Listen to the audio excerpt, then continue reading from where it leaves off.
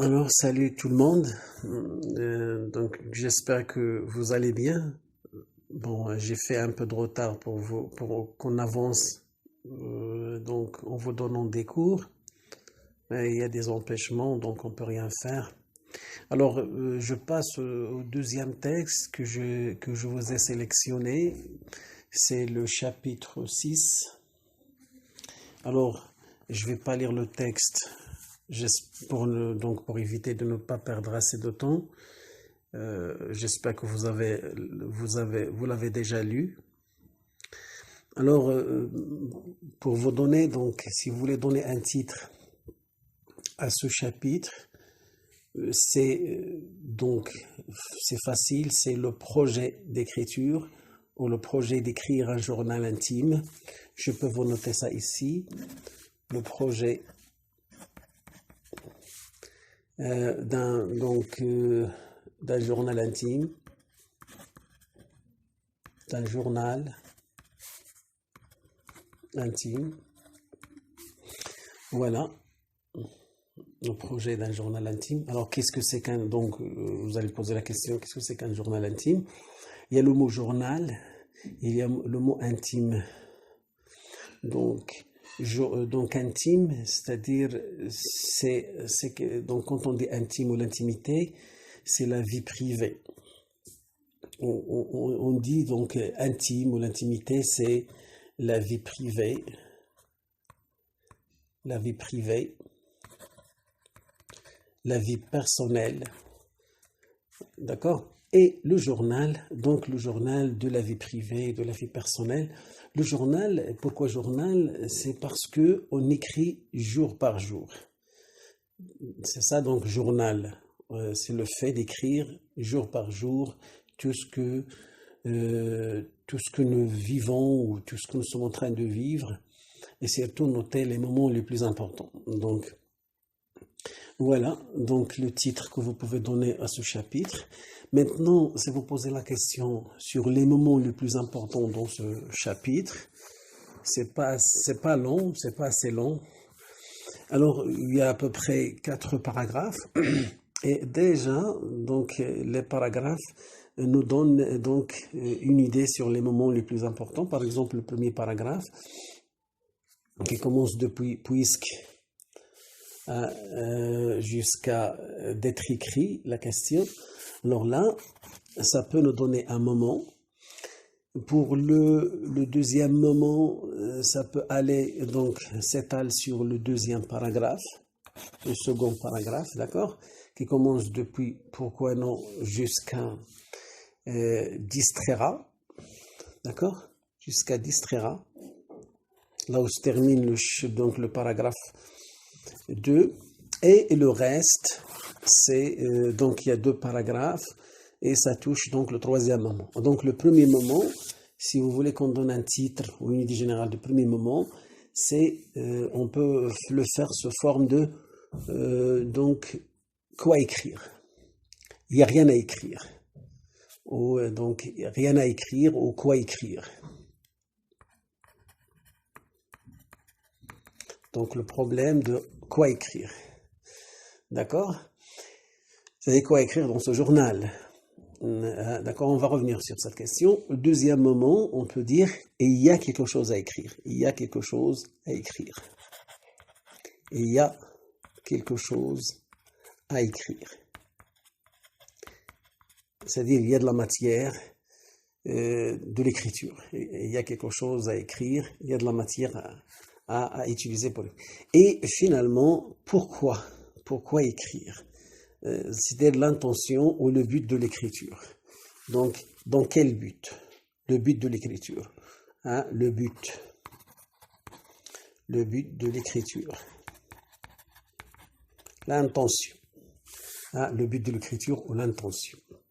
Voilà donc les 3 moments qui constituent ce texte. Alors, si on cherche à identifier, à donner une identité à ce texte, donc c'est un récit à la première personne, d'accord? Bien sûr, tout le moment, c'est un récit à la première personne. Déjà, la première phrase l'indique. Et déjà, la première phrase du chapitre 1 l'indique.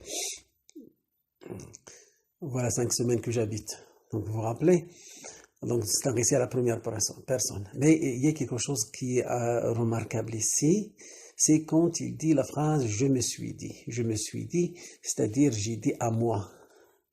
Je parle avec moi. Et quand on parle avec moi, donc c'est quel type de discours? C'est le monologue. D'accord? Donc le texte prend la forme d'un monologue. Et c'est pas seulement le texte prend la forme d'un monologue, c'est le fait de parler avec soi-même, mais tout le roman. Et le roman, c'est un journal intime. Et quand on écrit un journal intime, on écrit pour soi, on parle avec soi. D'accord? Donc tout le roman est un journal intime, donc c'est un monologue. C'est donc le personnage, le narrateur qui est le personnage, qui est le condamné, qui parle avec soi. D'accord? Depuis le début, depuis le premier chapitre jusqu'à le dernier. Bien. Alors, je passe. Je vais revenir donc sur le premier moment. Quoi écrire? Je me suis dit. Donc, je me suis dit, je parle avec moi, je dis, puisque j'ai le moyen d'écrire, c'est-à-dire je possède les moyens, quels sont les moyens? C'est-à-dire, parmi les moyens qu'on peut énumérer, c'est-à-dire, vous allez penser il a un stylo, il a un papier. Donc, il n'y avait pas de stylo à l'époque, mais il y avait donc la plume avec de l'encre et il y a des papiers. Et aussi, c'est quelqu'un qui est lettré, c'est-à-dire qui sait lire et écrire. Donc, il a tous les moyens. Alors, puisque j'ai le moyen d'écrire, pourquoi ne le ferais-je pas? Regardez, donc, la première remarque aussi, le temps employé, c'est le passé composé et le présent. Donc, ce qui signifie que c'est un discours. Il est en train de ramener le moment. N'oubliez pas une chose, que le journal intime a été écrit au dernier jour. Maintenant, il fait un flashback. Il revient sur ce qu'il a, donc sur son expérience. Normalement, il doit utiliser donc les temps de récit. Mais ici, il a choisi d'utiliser les temps de discours pour ramener ce moment où il pense à son projet d'écriture, il le ramène au présent, c'est-à-dire de la narration, au présent au moment de la lecture de ce chapitre. Donc c'est le moment de l'énonciation ou le présent de l'énonciation. Bon, de toute façon, pour lui donner une valeur. Alors il pose la question, puisque je l'ai moyen d'écrire, pourquoi ne le ferais-je pas? Mais il pose un problème. Mais quoi écrire? Donc lui, il a les moyens, il veut écrire, mais il a un problème. C'est le problème, quoi écrire? Même si j'ai les moyens de l'écriture, mais il me manque la matière. La matière, c'est-à-dire les idées. La matière, c'est quoi écrire? De quoi je vais parler? Le sujet. Le sujet de l'écriture. Pourquoi il a posé cette question? Et là, donc, il va justifier. Il ne peut pas écrire parce qu'il y a des raisons pour ça. Quels sont qui l'empêche d'écrire? Qui l'empêche d'avoir un sujet ou d'avoir des idées? Donc, il va, tout le long du paragraphe, il va énumérer les arguments qui justifient cette question. Donc, cette question de « mais quoi écrire ?» Voilà, il va commencer donc par donner donc ces arguments. Le premier argument, pris d'abord, voilà, ce qui m'empêche d'écrire, d'abord, j'ai pas de matière, j'ai pas de sujet. Pourquoi? Parce que moi qui est pris entre 4 murs, c'est-à-dire emprisonné dans une cellule, 4 murs de muraille, de pierre, nu et froid. Donc, il n'y a rien sur les murs, des murs froids, etc. Donc, une cellule froide, sans liberté. Alors, moi, j'ai pas de liberté physique, c'est-à-dire je ne peux pas me déplacer. Alors voilà, sans liberté pour mes pas, je ne peux pas bouger, je ne peux pas me déplacer parce que parmi les moyens qui peuvent donc vous inciter à écrire ou donc je sais pas comment je peux vous dire ça, sans liberté pour mes pas. Ça veut dire la lecture a besoin de déplacement, de se déplacer, voyager, je ne sais pas moi. Donc, alors là, donc, il se trouve dans une situation de manque d'espace pour se déplacer. Alors, il est enfermé. Un. Deux, son horizon pour mes yeux. Donc, l'enfermement physique, donc, dans l'espace, un enfermement dans l'espace, et aussi sans horizon pour mes yeux. Sans horizon, c'est-à-dire le champ de mon regard est limité. Donc, ma vision ou mon regard est trop limité. Il est limité à cause de ces 4 murs de la cellule. Donc, je vois rien et je peux rien voir parce que le regard, ça permet, par exemple, de réfléchir, de penser, de trouver des idées. Alors lui, donc, il lui manque ça. Et qu'est-ce qu'il a comme possibilité pour unique distraction machinalement occupée, c'est-à-dire qu'est-ce que je fais, qu'est-ce que j'ai comme possibilité, c'est le fait de passer toute la journée à suivre la marche lente de ces carrés blanches, c'est-à-dire ces carrés blanches de l'espace, là où il se trouve. Carré blanche que le Judas de ma porte découpe vis-à-vis sur le mur sombre. C'est-à-dire, voilà, ce que j'ai devant moi, donc il y a la porte, bien sûr, la grille ou la porte de ma cellule. Qu'est-ce que je vois devant moi? C'est seulement un sombre mur en face de moi. C'est-à-dire, il n'y a rien. Il n'y a rien de remarquable qui peut m'inspirer l'écriture. Alors, et comme je le disais tout à l'heure, seul, de plus, donc plus cet enfermement spatial pour mes pas et pour ma vision, mon regard, mes yeux, il y a un autre problème, c'est seul avec une idée de crime et de châtiment, c'est-à-dire qu'est-ce qu'il a dans la tête, donc du point de vue de l'extérieur, donc il est enfermé, donc il ne peut pas se déplacer, il ne peut pas voir. Et de plus, il y a un autre enfermement, c'est l'enfermement ou l'emprisonnement de son esprit par une seule idée, l'idée de crime et de châtiment. Alors, de meurtre et de mort, donc cette idée de châtiment, de meurtre et de mort, donc il y a une autre question, est-ce que je puis avoir quelque chose à dire, moi qui n'a dans la tête qu'une seule idée du crime, du châtiment, de la mort, etc., et bien sûr de la condamnation, est-ce que j'ai quelque chose, donc est-ce qu'il y a d'autres idées auxquelles je peux penser, donc, et je peux les traduire et l'écrire? Non, avoir quelque chose à dire, donc rien, il n'a rien à dire. Moi qui n'a plus rien à faire dans ce monde, donc le désespoir. Donc, bien sûr, donc quels sont les éléments qui poussent, ou plutôt quels sont les facteurs qui vous poussent à écrire?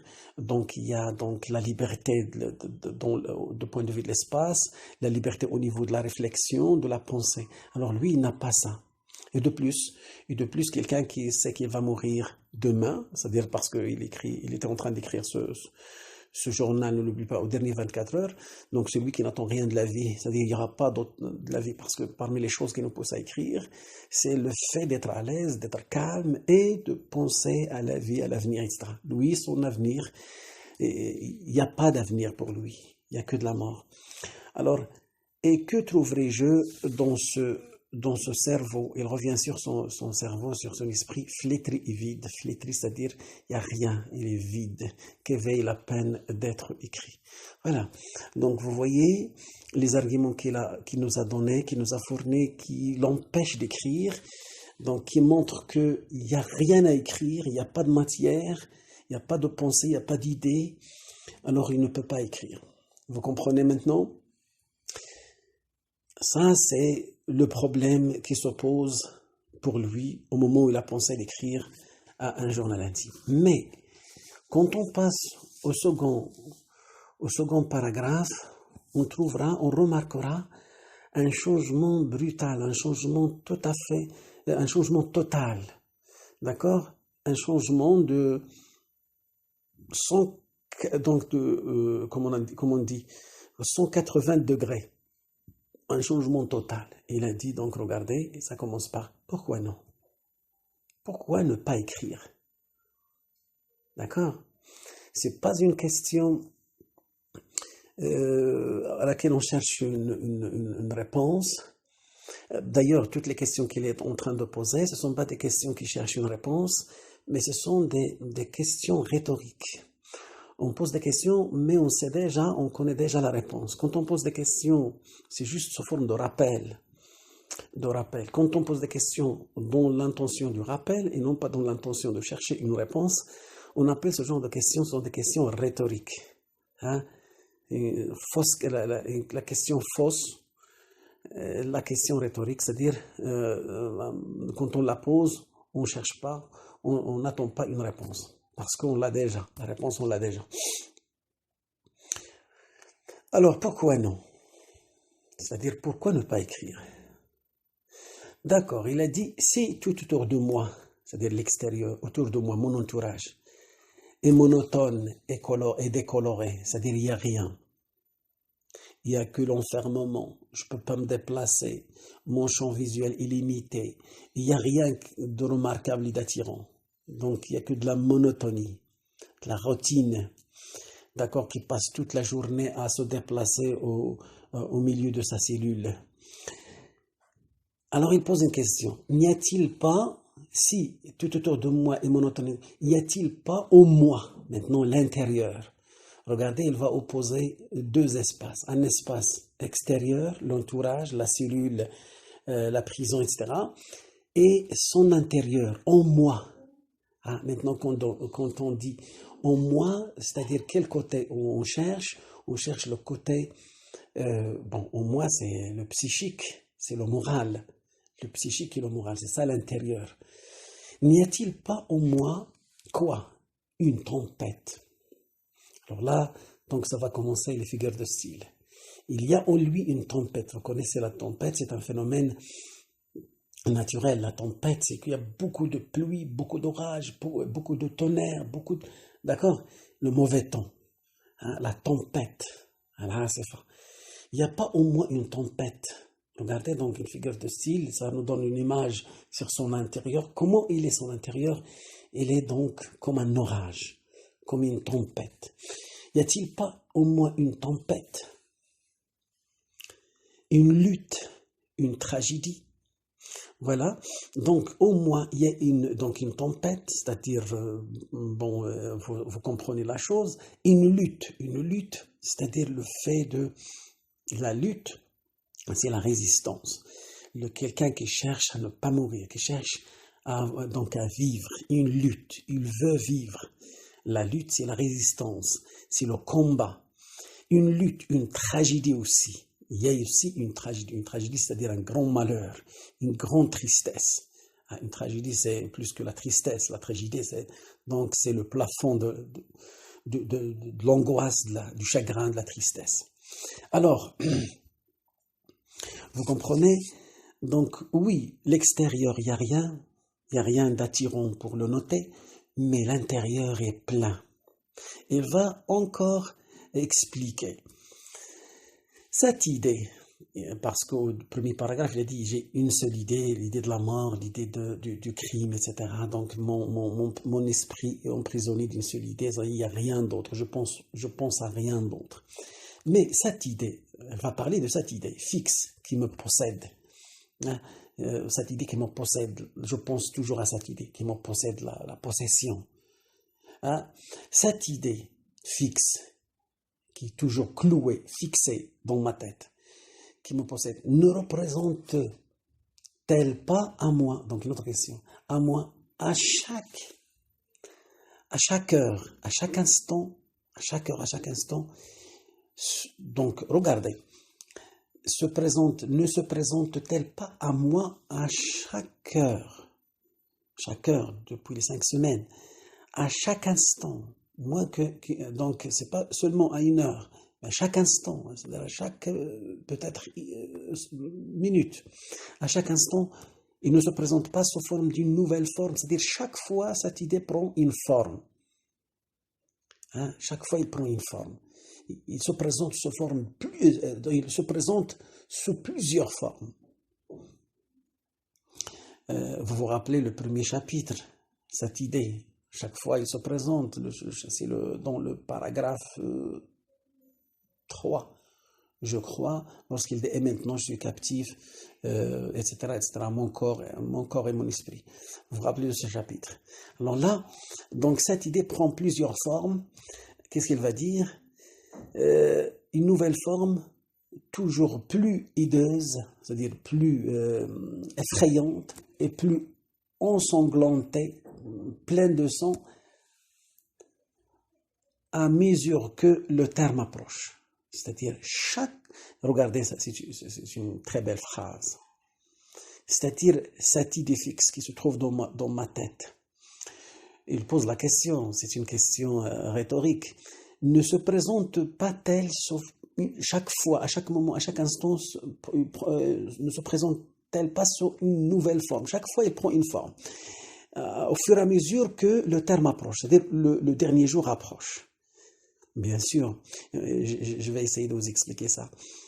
Peut-être, la première semaine, la peur, l'angoisse est moins légère que la semaine suivante.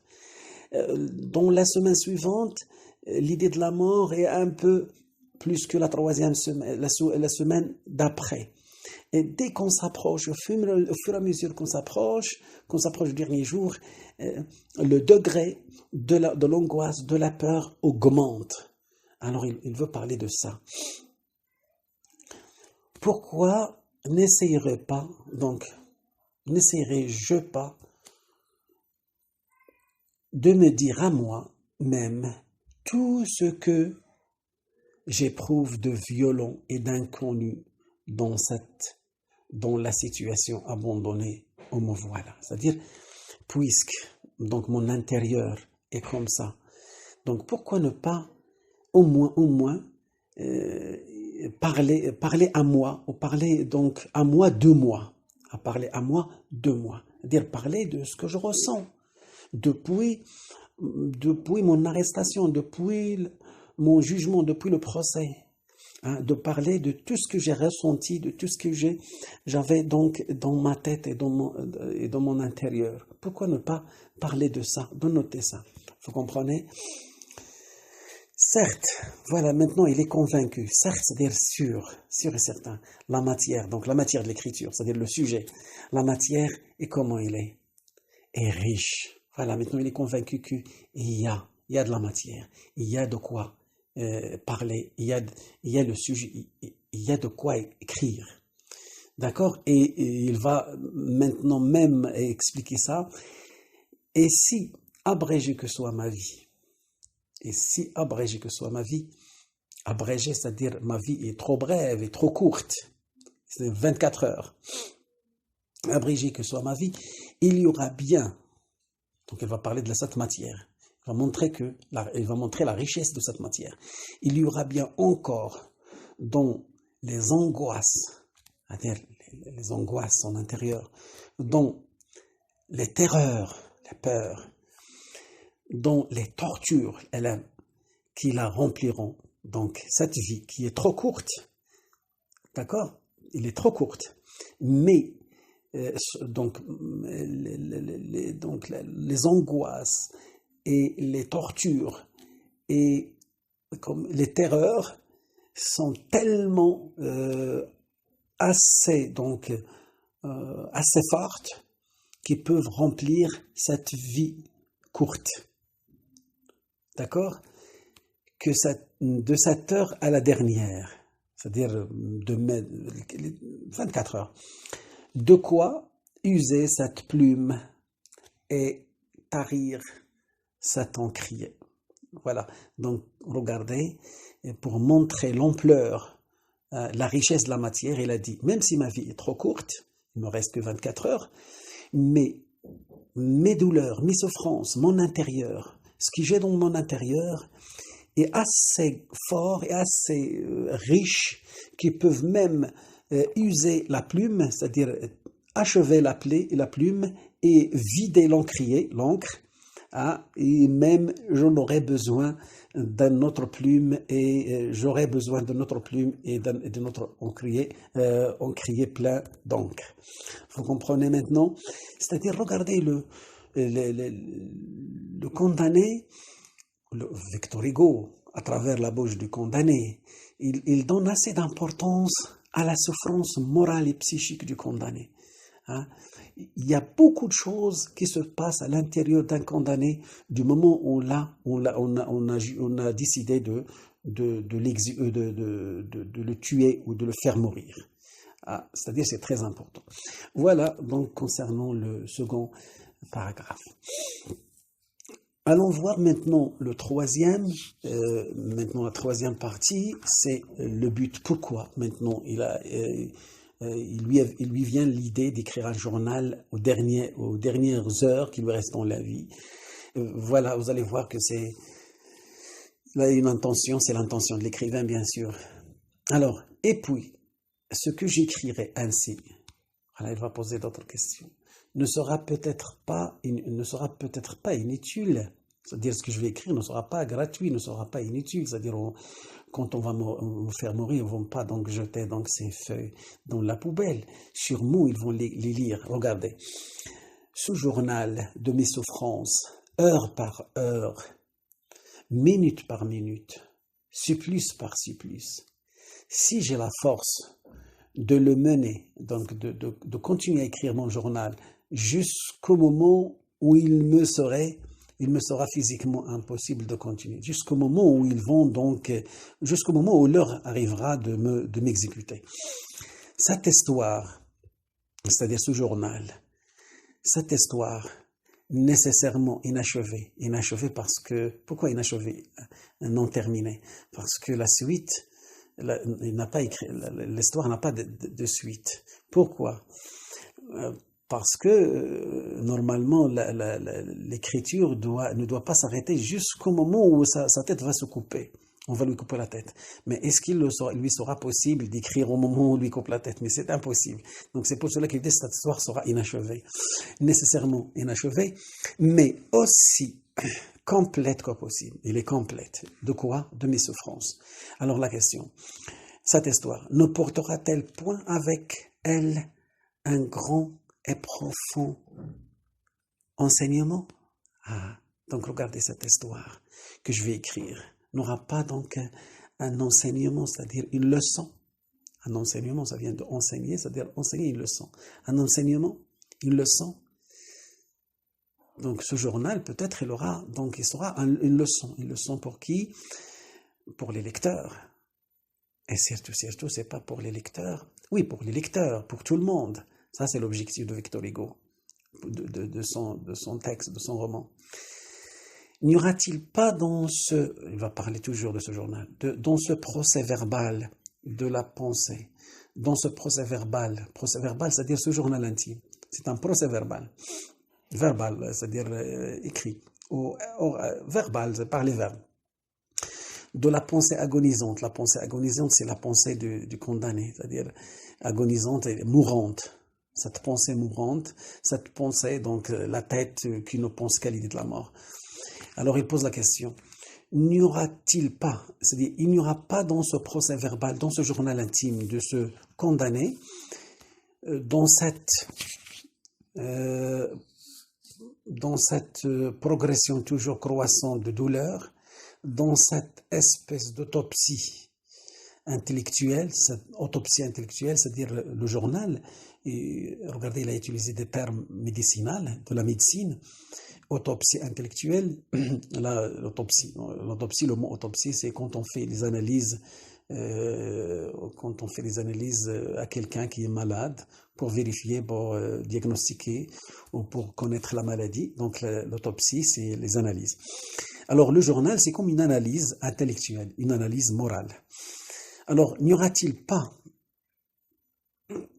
n'y aura-t-il pas dans ce procès, dans cette progression toujours croissante de la douleur, dans cette espèce d'autopsie intellectuelle, quoi? Bien sûr, d'un condamné, plus qu'une leçon, c'est-à-dire il n'y aura pas plus qu'une leçon. C'est pas seulement un enseignement, plus qu'une leçon pour ceux qui condamnent. N'aura-t-il pas donc plus qu'une leçon pour ceux qui condamnent, c'est-à-dire la justice, hein? Ceux qui condamnent, c'est-à-dire les responsables ou la justice. Peut-être cette lecture, je m'arrête là, donc pas la peine que je continue.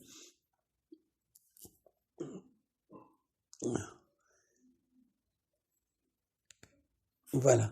Donc le reste du texte, il va continuer à parler de ça. Mais nous, on a déjà compris que le but d'écrire donc ce journal, c'est de faire passer un message, de donner une leçon au lecteur, à tout le monde, et aussi ce sera peut-être plus qu'une leçon pour ceux qui condamnent, c'est-à-dire la justice, les hommes de la justice. Hein, les hommes de la justice. C'est-à-dire, peut-être, il espère, c'est dans l'espoir. Et ça, c'est l'espoir de Victor Hugo quand il a écrit son roman. Et il espère un jour que peut-être on va cesser d'exécuter donc d'appliquer la loi de la peine de mort, de faire des exécutions. Et son espoir, plutôt ce souhait, ne s'est réalisé qu'après un siècle et quelques années, un siècle et demi. Mais c'était le souhait de se condamner. Et bien sûr, n'oubliez pas une chose, Victor Hugo parle à travers la bouche de son personnage imaginaire. D'accord? Alors, voilà. Donc, le journal ou le roman est écrit dans l'intention de donner une leçon, de faire réveiller, de faire réfléchir les gens qui s'occupent de la justice, etc.